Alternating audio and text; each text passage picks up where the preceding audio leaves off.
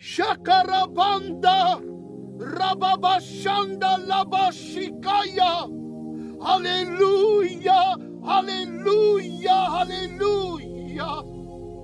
It is the garment of praise that is the weapon against the spirit of heaviness.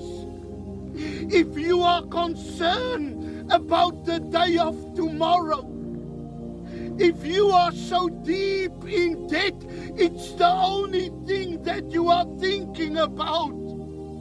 God is giving you a lifeline.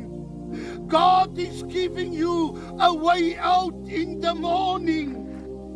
And that is to put on the garment of praise against the spirit of heaviness. No matter what your circumstances is, start praising God.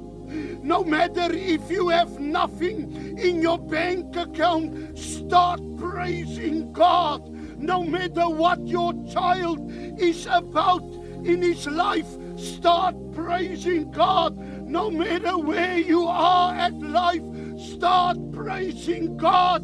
Because in praises, there are breakthrough. In praises, you can conquer everything that is against you. There is power, Rabakashanda. There is power in the garment of praise, because the garment of praise is praising a living God. Hallelujah.